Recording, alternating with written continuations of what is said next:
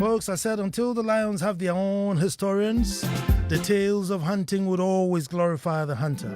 Hello and welcome to the most opinionated hour on radio and the nation's thought-provoking hour.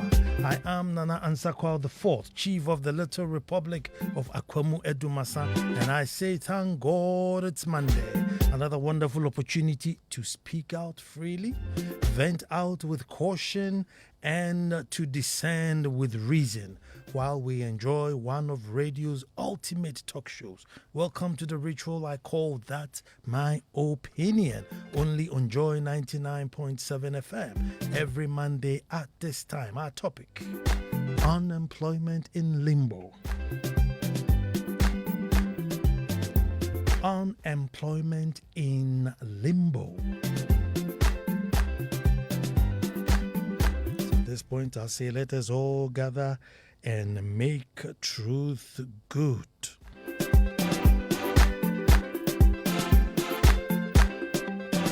Folks, this is probably the fourth or fifth show we are doing on unemployment.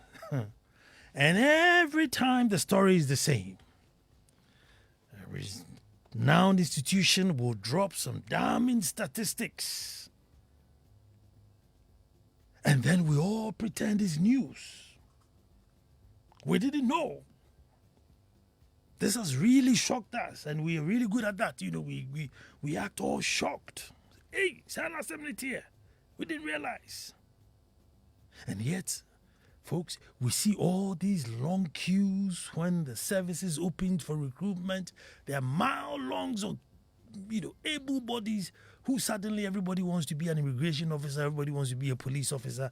But hey, we see them. But it doesn't matter. When the stats comes out, we all act surprised and we act shocked.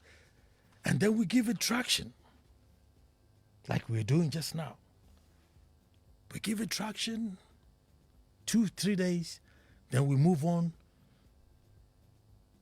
until the next stats is dropped. But folks, in truth, unemployment is in limbo. Unemployment is in limbo. Now, I don't know how many times we will talk about this. And I remember back in the days when I bring this issue, I used to face a fierce challenge. I mean, people wanted to come through the mic and beat me up. But now, somehow, the message has gotten down. Folks, I don't see how we can tackle this unemployment problem exclusive of population growth and family planning. It's simple logic.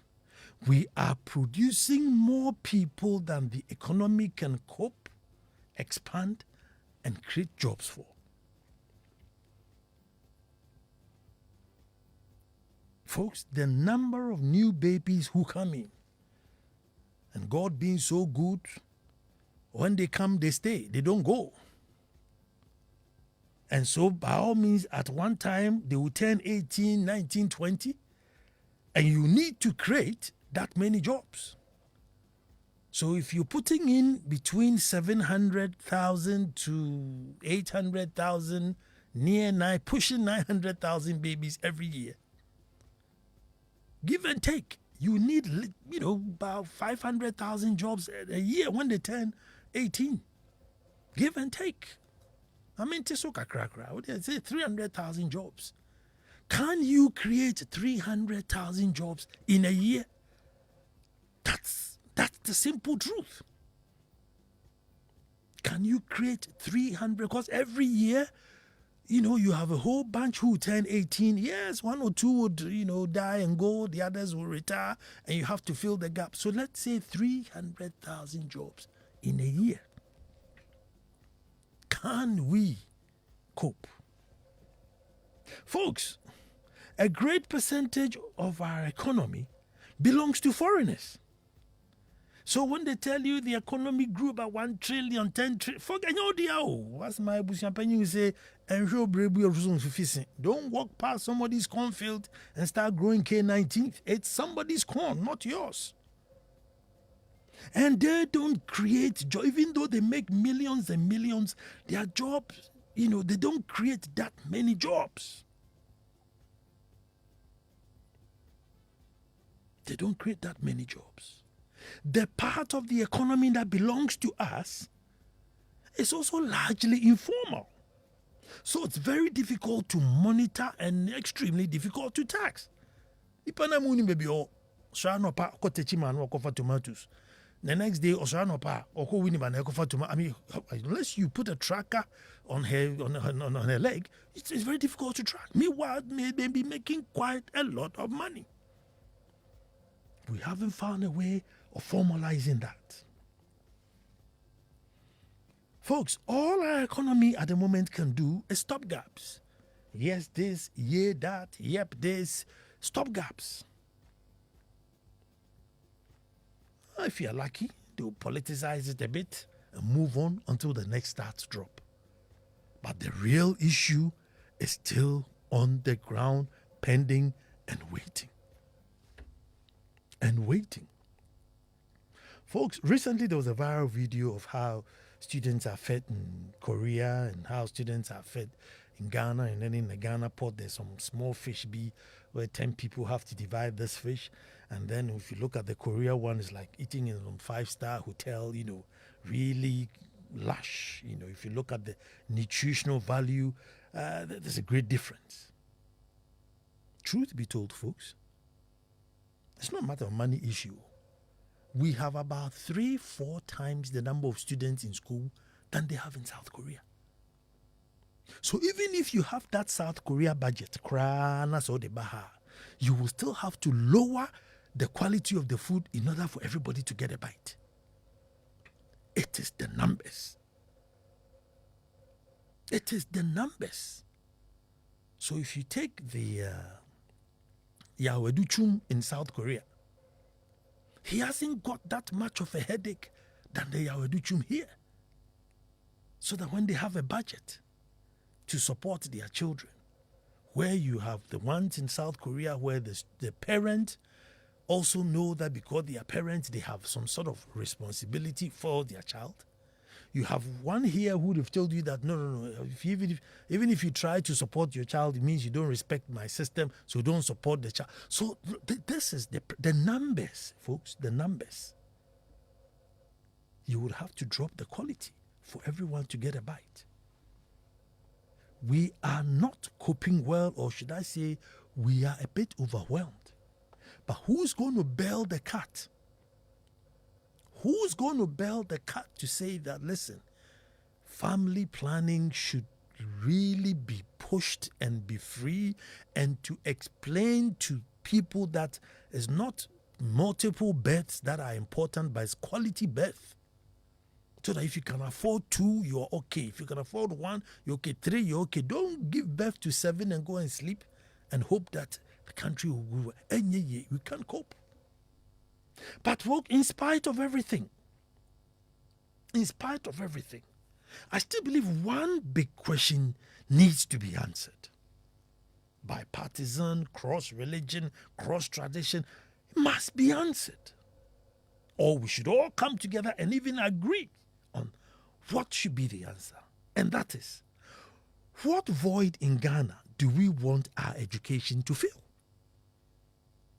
We are spending millions and billions and billions. Free education. If you don't get this, they'll tell you free education. So which means, I'm not complaining with the missus.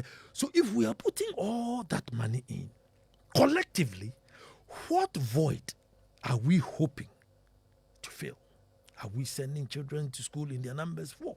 Just to come back and speak English? Or to learn how to learn? Then after, folks, are we hoping that they will do the traditional thing by joining long queues for jobs? Or that a great percentage of them will be able to stand on their own feet and start something, create something, sit in their room and code something, log something, mend something, stitch something? What void? Adinti, currently, the Ghana education system. Adinti, what is it? Minsumako school that. That is it. Because if we don't answer that question, we may just conveyor belt these children in and out and in and out. And there won't be any specific problem or some issue that they come out to fill. Folks, our number one problem, to me, and I may be wrong, hope I can get Dr. Odro sign on this issue, but I may be wrong. But I think even though human resource is in abundance, human capital is really lacking. That quality, high-skilled labor force, ones that have a good sense of timekeeping, value, honesty, desist from thievery, laziness, unexposed. But folks, how do I even blame them? Because that's what they know. Because that's what we taught them. That's the environment we created and put them in. No child came from anywhere with anything. They came, saw some environment, and they picked out from it. And largely, even if it's not largely, there are just too many of us suffering from this. And if you were to open the phones and ask people who hire people, they will tell you the same, that to find somebody you can trust your business with is so difficult. So difficult. They will come in their knees begging 3 weeks later, and no, finish. The work attitude is gone. Folks, lack of direction towards available opportunities. We should really make it known so that while students are choosing their courses, they navigate towards them, the opportunities that are available. What the job entails, the flexibility, the monies they can get, the opportunities to grow in the job. So when they are choosing their courses, they can navigate towards these opportunities. Folks, recently, healthcare workers are living near droves or greener pastures. Why? These countries have made it known to them that there's an opportunity here if you have this qualification. They didn't just get up and say, make I try me like no. And the countries too have even, made the visas a bit more flexible. Why? Because I'm running short of nurses. You seem to be very well trained, so come. And I'm sure the same way, if we are able to tell the local people here where there are some local opportunities, which will be like the nurses who went for greener pastures there, they will stay. And you'll be on the they would stay. But this issue where you go and do what your heart content in school and come and ask me if the okushia, that's the problem. All the way back 1925, folks. Governor Gordon Gordisbeck addressing National Assembly. And when he got to the employment, he said until the average African thinks like the average European who does not look down on skilled work because he's been to school, unemployment will continue to rise in these parts. 1925. And he appealed to the schools and appealed to parents that, yes, it's good to send your ward to school, but don't narrow their options to office and table and desk jobs. And here we are, still in limbo. Folks, we know what to do. We know what to do. But are we ready to do it? Are we ready to do it? Folks, how can a country that imports billions and billions and billions of literally everything, from inflatable penguins to used mattresses to used clothing to name it, everything, you can just close your eye and just write everything and we import it. So how do you say you don't have a job? How do you say you don't have a job? Folks, how do you say you don't have a job? Take the import items. Look at the low-hanging fruits in it and produce it. Look at the millions of things you have imported. I'm not saying go and start making a car. Not since I start building a dialysis machine. But my God, you can stitch a shirt. Put me a palm shirt. So start the low-hanging fruit ones. The low-hanging fruit ones. Let's start with the clothing. Here's the savannah. Acres and acres and hectares of land. All we need to do is just plant cotton. Plant cotton. Start with the clothing industry. Here's the, ATL and all these textile companies struggling for material. And we have the land. Start. Alfred Wungang will say, start. Because boldness has courage, has magic in it. So start. And then standardize dressmaking. So that we don't always have to go and get measured. Get our sizes and know what our sizes are and just walk in the shop. Should be the norm. And I'm telling you, we shall probably would have to import labor to just support the clothing industry. Who walks around naked?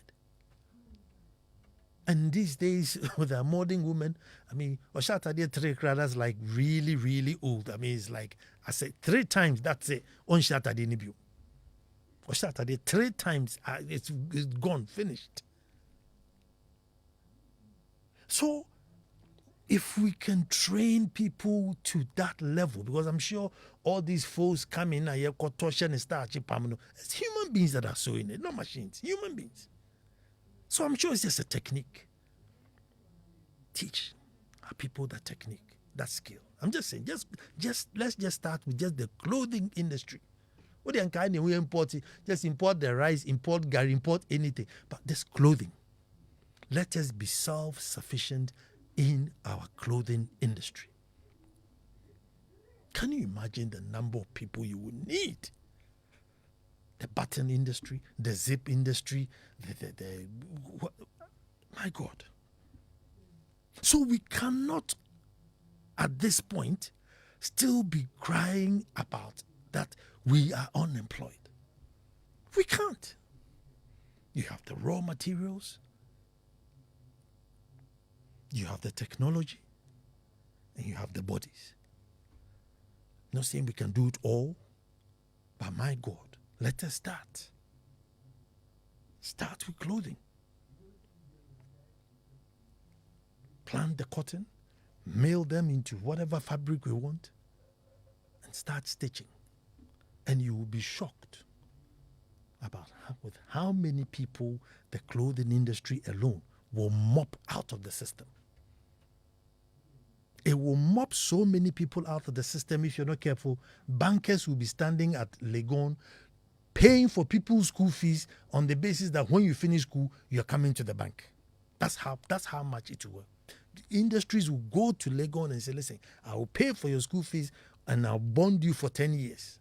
Because people will just be moving into this industry, ready market.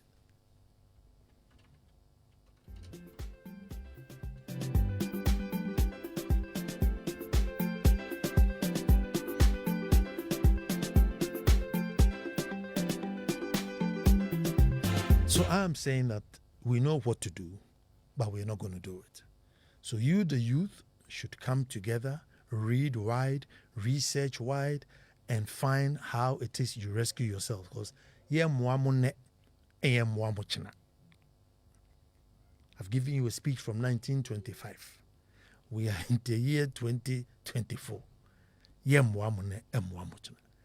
Get yourselves together and see how it is you form little cooperatives and help yourself. But if you say, unemployment, as a graduate, unemployed, it'll be a more. So if you know you have a tertiary degree, then you have been, I believe you have been able to, been taught to learn how to learn.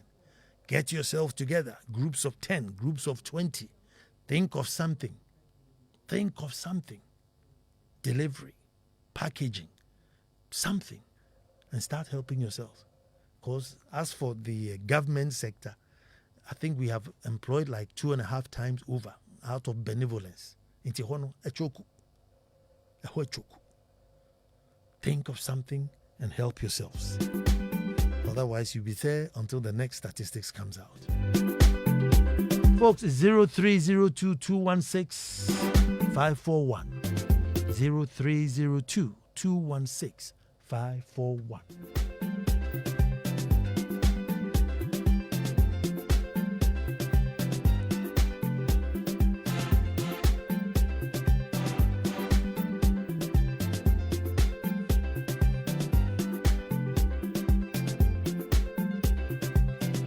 I have always had this conviction that free education was just to win votes. Simple. Reason being, if free, compulsory, universal, basic education (FQ) is what the goal is, then where from the thought of free SHS? Was it not to get votes of newly turned 18-year-old citizens? No wonder we are drifting from what education really sets to impact in us. Our priorities are just lost as a nation. Basic education is what the attention should have been on. Montessori, kindergarten, JSS, and primary. Delali David. And hello, who's talking to me? Hello, Nana. This is Kobna from the United States. Kobna, let me hear you. Nana, the last couple of your comments, you made a very gloomy. You painted a very gloomy picture that young people of 10, 12 should go and find to come put their resources together and find something to do. But nobody is going to help them. Not 10, 12, tertiary. And that is true. Yeah. It's very, very true, Nana.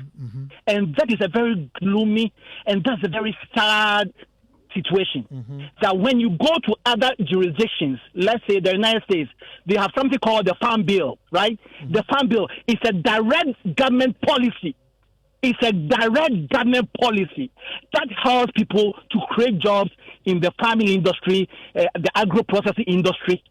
They get soft grants and all that to build their businesses. But in Ghana, the public sector and the civil sector are lazy. They only think about themselves. But the politicians are lazy. The politicians are selfish. Nana, are you there? I'm here. Go to the budget and see how much money Oforiatta budgeted for the Jubilee House. Look at how much money Oforiatta gave to the Jubilee House. Nana, what are we prioritizing right now, Nana? Hello, that money could have gone to those 10 young people, a group of 10, 12, to start something as grants. But rather, we want to make the Jubilee House, the occupants, look luxurious, look comfortable. Where in other countries like South Korea, I just Googled, South Korea has a population of 50 million people. And yet, they are able to feed the young people because they know that education is very important. And we are about 30 million. We are not able to feed young people to gain employment. Let me make my last point, Nana, before I leave. Sure. Nana, are you there? I'm here. In other countries like the United States, they have something like the workforce, where young people go there to be trained how to, like I said, all those soft skills, right? They put them in industries to learn, and then they get employed. Nkrumah started it. Why didn't subsequent government do it? All they do is they promise their supporters positions in the police. Let me leave it here. I get you. I share your passion. Hello, who's talking to me? Hello, Nana Ansah Kwao. Yes, sir. My name is Saint OJ. Saint OJ, let me hear you. Nana, I also want to start from the last part because that's the part I really like. As I was listening to you, the question I was asking myself is, who is Nana talking for? Nana is talking for who? See, Nana, if we are very careful about what we see in this country, I'm thinking we should even stop crying for the youth. Nana, have you observed how many pubs are coming up every day? Yeah. Who do you find at the pubs? The same people we are crying for, huh? The same people you are crying for. They have resorted to fraud and all that. And when they get the money, they want to go and spend it on shisha and alcohol. And the ladies are also making themselves the very reason for them to be at the pubs. So who are you crying for? Nana, I am a teacher. As I speak to you, I am in my Bolt car trying to make an additional income for myself. I work in an international school. I am paid well. But I won't get close and go home and lazy about. So I'm using my car to do other things. I was asking somebody that I have another car. Can I give it to you? He told me that as for him as a graduate, he can't do taxi business. I said, you are doing Uber. I said, it is still taxi. Both. It is still taxi. I'm a graduate. I can't do that. I said, okay. I'm very sorry. Oh. So, Nana, I think we should just leave them. Because I even had a problem with the first assertion you made that it is because of our population. Isn't England the same size as Ghana? England is just a little bigger than Ghana. See, it's not the population. No, it's not the population. It's the speed of growth. Yes. Yeah. England is hitting 70 million. Yes, but but England has the same new birth as Ghana. So the 30 million, we are producing the same babies as 70 million. And they have a bigger economy, so they can absorb those 700,000 babies. I think we are even slightly above England. So if you look at that, now the point I'm making is that even if we are 12 million and the attitude is the same, the poverty will be the same. If we change our attitude, the population may not really matter. It will be just like England, where they have the same land size and their population is bigger, and because the economy is good, you don't really feel it. Even me today, if I get the opportunity tomorrow, I will go and join the 70 million. Now, let me clarify this thing. I'm not talking that 30 million yendoso. 30 million yendoso. But it is the speed with which we grow every year. We are putting in about 800,000 new babies every year. And all these babies need to be fed, and just say they are cost. And that's what I'm talking. That's why the schools in South Korea is only doing 300,000, 350. South Korea, they're only doing about 300,000 to 350,000 new babies a year. So we are doing like twice or 2 times and a bit more of South Korea. So that's what I'm talking about. The speed with which we are growing and not the absolute number. Hello, who's talking to me? Good evening, Nana. I hope you're doing well. Ajiman Joseph. Yes, Nana. Oh, good to hear from you. Let me hear you. And I can see how passionate you are on our educational sector, the curriculum, and the courses that they do, and the impact on us after they graduate. I think the second time you are hitting on this, and it's very important. And I don't talk about the clothing and the shoes we are wearing that we need to produce for ourselves. Let's talk about the what to eat first. Because we have vast lands in a lot of areas. When you go to Adara, acres of lands are there that we can plant rice to feed ourselves. No. I mean, if those at the Western world are choosing some curriculum because of the backbone of the economy, we are also copying them wrongly, because Ghana here, the backbone in Ghana here is agriculture. So when we graduate and we mark on agriculture to plant to feed ourselves, what is wrong with it? It's a pity. Now, if you choose a course like HR, in a company, how many HR do we find in one company? One. So in the end, you see a lot of them graduated, but they won't find a job to do.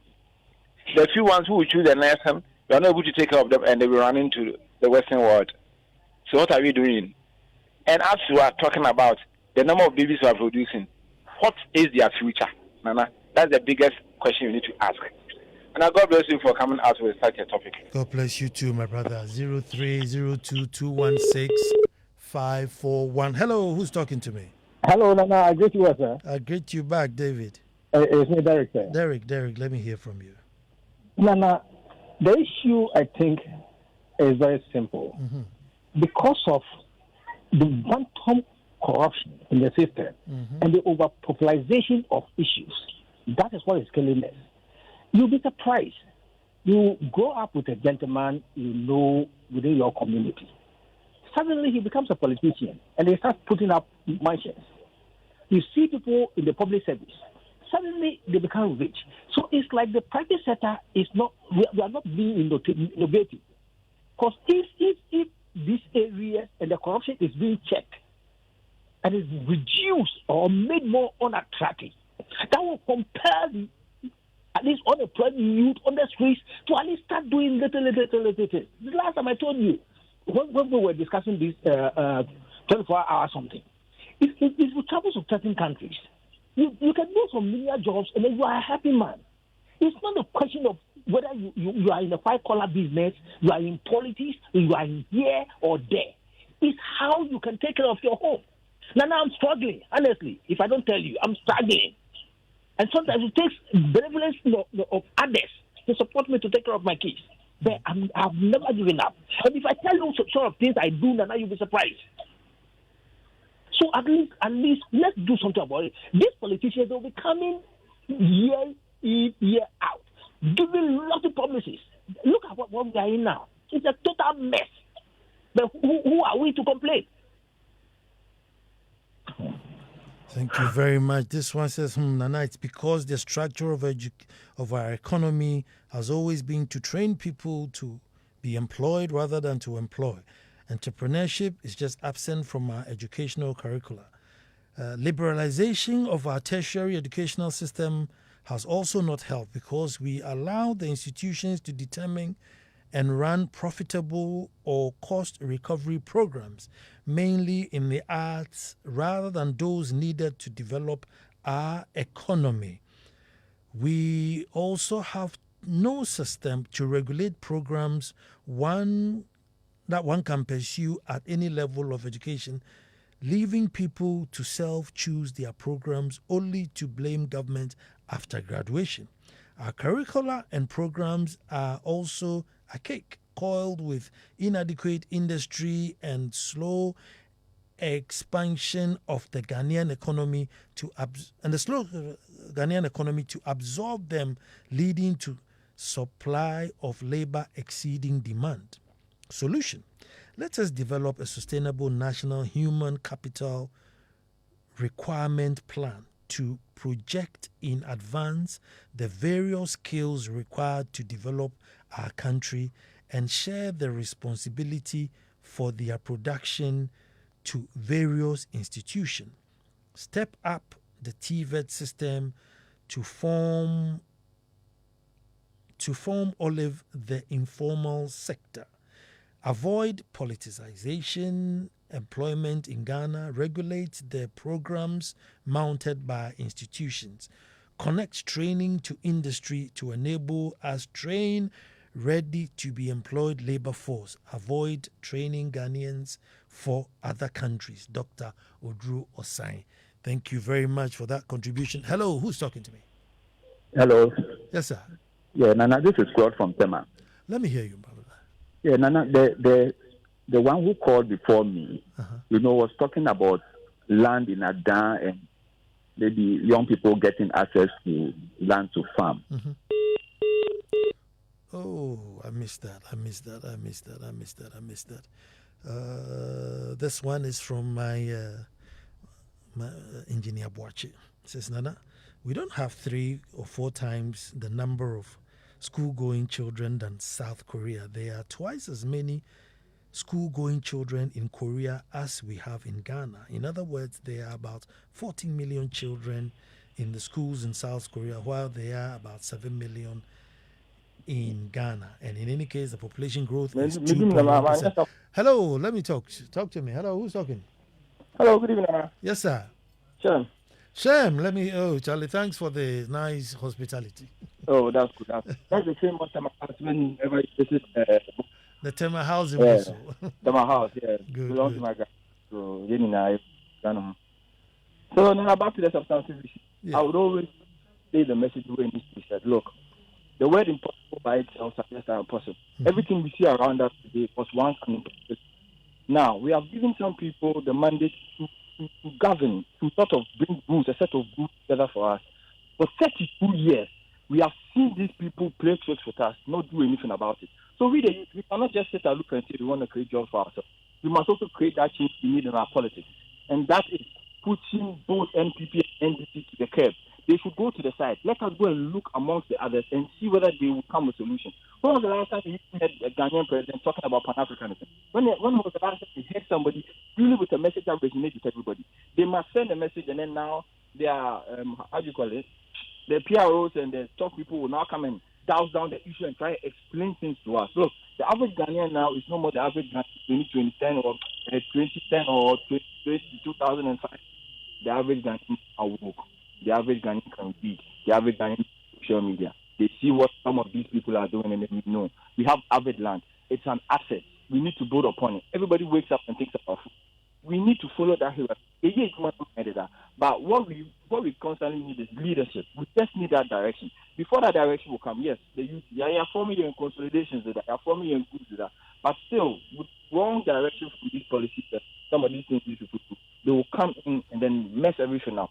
So we need to change the top. Let us vote out both NPP and NDC. Whoever sits at the top would be better off than we going back to them to say that and they are better people. Please, let's not do that.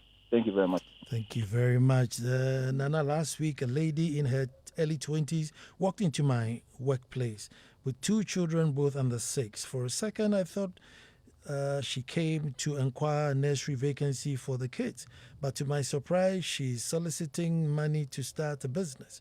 I wasn't amused, so I asked whether there's a father for the kids, and she replied yes.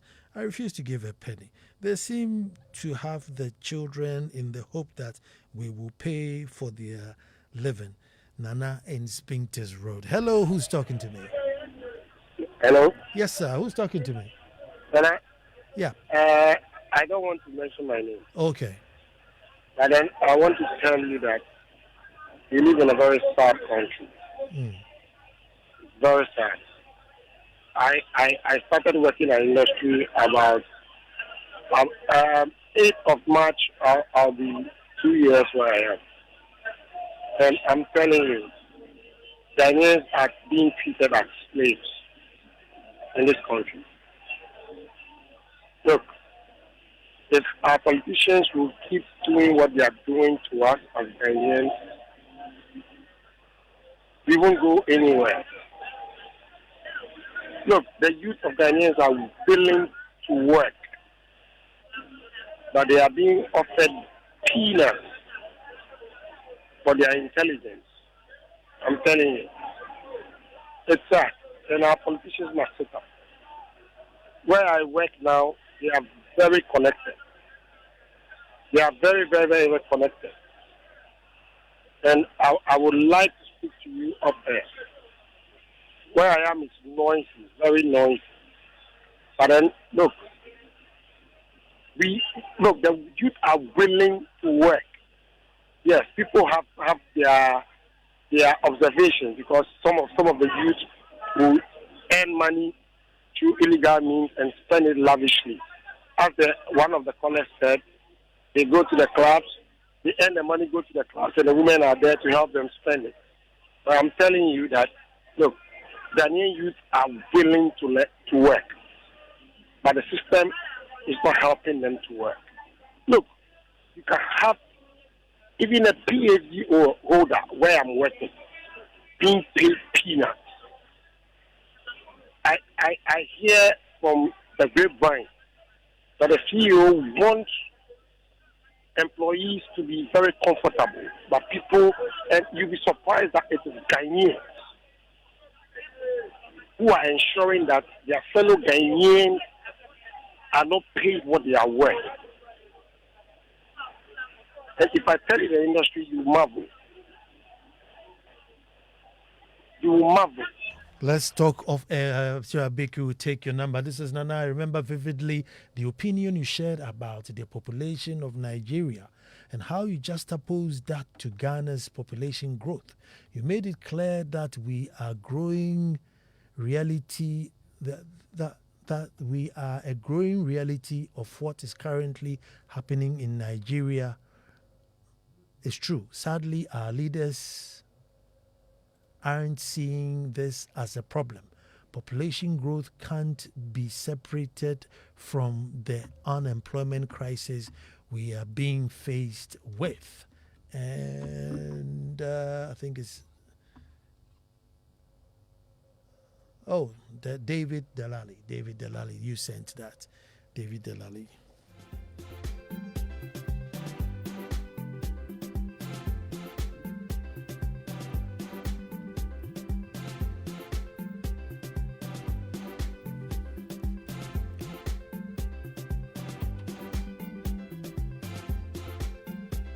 Mr. Steven Agler, I see you there. Thanks for joining the show.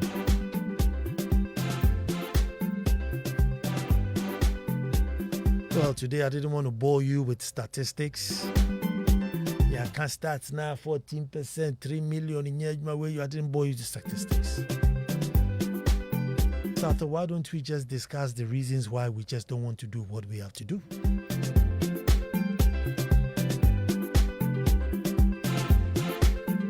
Development of every nation must be directly linked to how many people you expect in the population every year. You cannot make any projections, plans, budgets without knowing how many people you're making it for and how rapidly they will come in for it.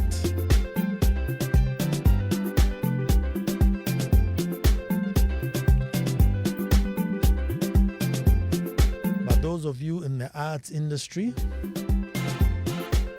come together. Yeah, it's going all alone. No, it doesn't work. Come together.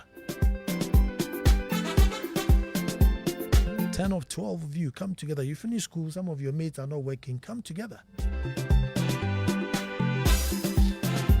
Form a delivery company.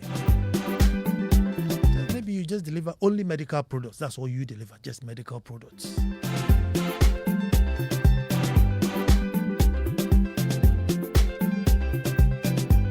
Together and just, find some carpenters and tell the carpenters, look, you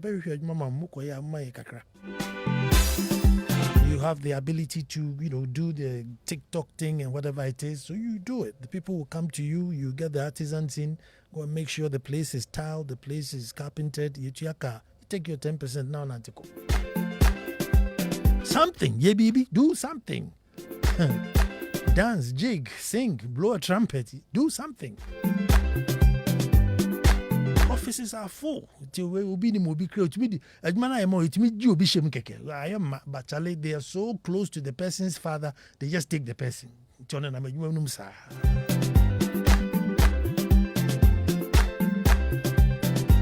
Folks, every Monday we do this.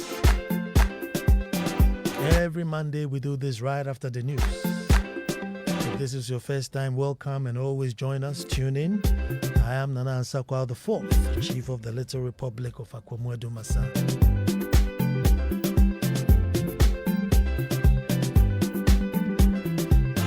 God willing, every Monday we come here and we will do this all over again.